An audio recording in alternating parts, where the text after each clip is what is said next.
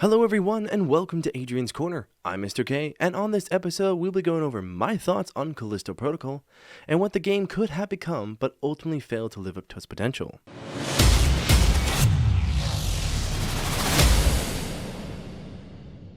So what is Callisto Protocol? Is it an action sci-fi or supposed horror video game? But honestly though, was it? Some may say it was, and by was I mean completely and utterly really not a horror game. So with that being said, what did this game do right? Well, the dialogue was for the most part fine, I suppose, but all too often the conversations truly felt rushed, with characters making rash or downright absurd decisions.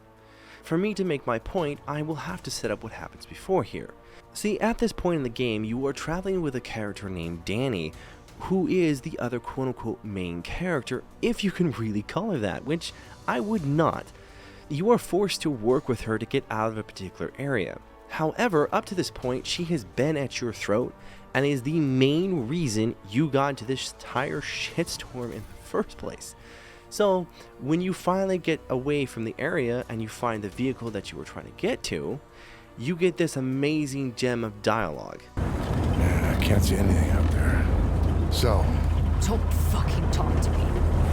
what's your problem? Just stop. A few moments later. I'll be back. What? Wait. Hey! Hey! Now that is some 80s type of dialogue with "no, don't, be quiet, leave me alone" type of comments from old school video games that had no writers, which this game clearly did. And for whatever reason, your character ends up following her into your crashed ship, which up to this point really made no sense to me, because hell, she only worked with you because she had no other choice. But now that I have the vehicle, I would have just straight up unbalanced. We're not friends. She's pointing a shotgun at my face. She says I'm the reason for everything. I just want to leave. I mean, if it was me. Okay, so what else did this game do well? It mainly did great in its graphical department.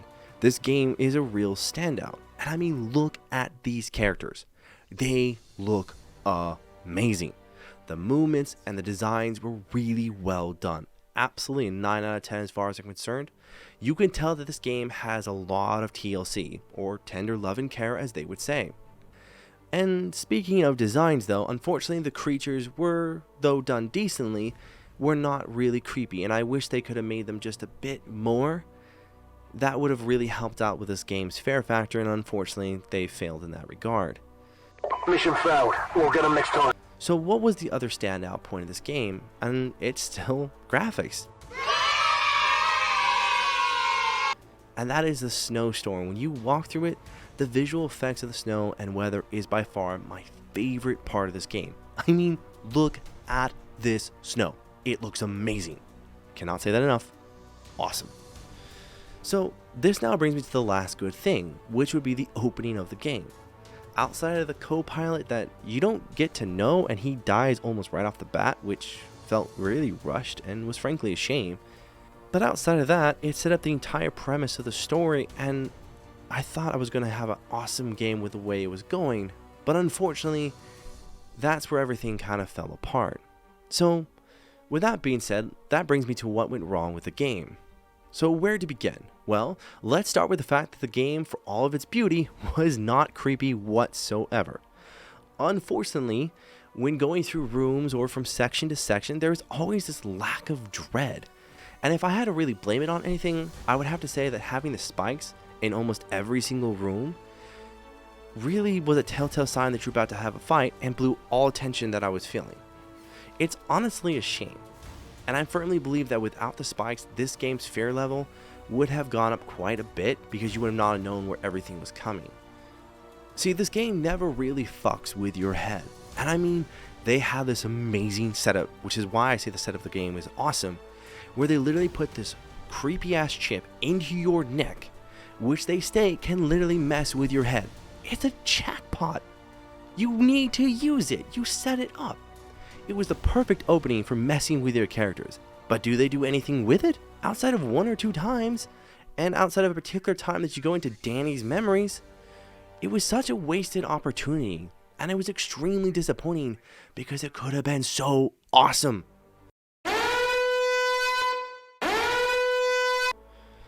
The worst aspect of this game, unfortunately, was the terrible combat system.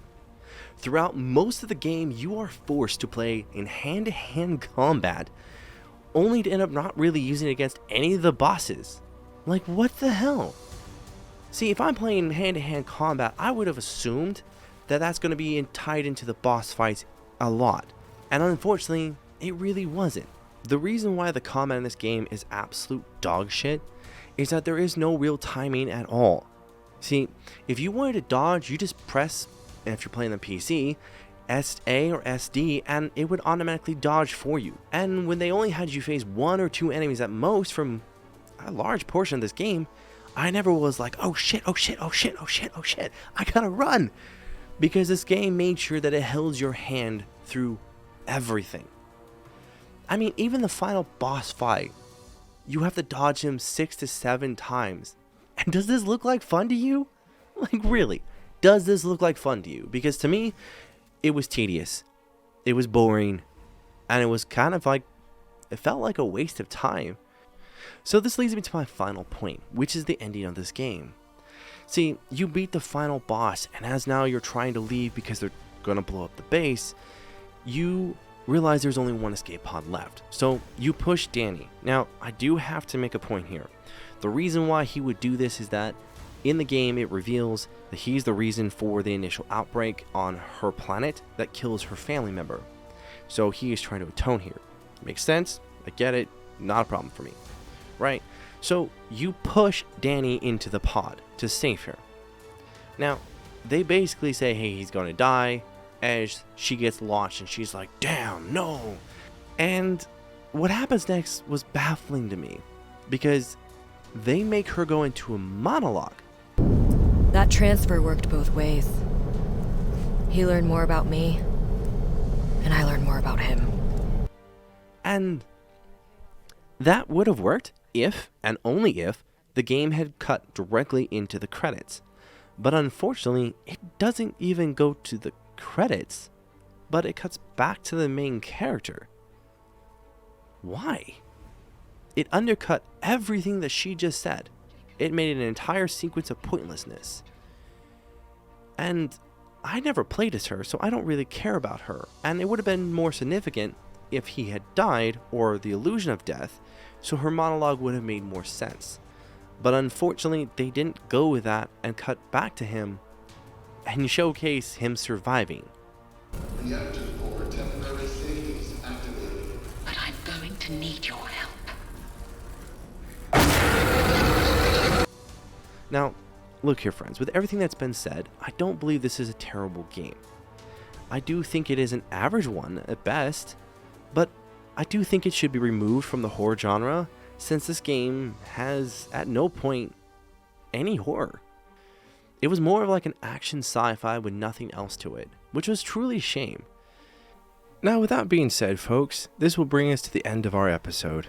From Adrian's Corner, I'm Mr. K, thank you so much for tuning in, and I will see you all next time.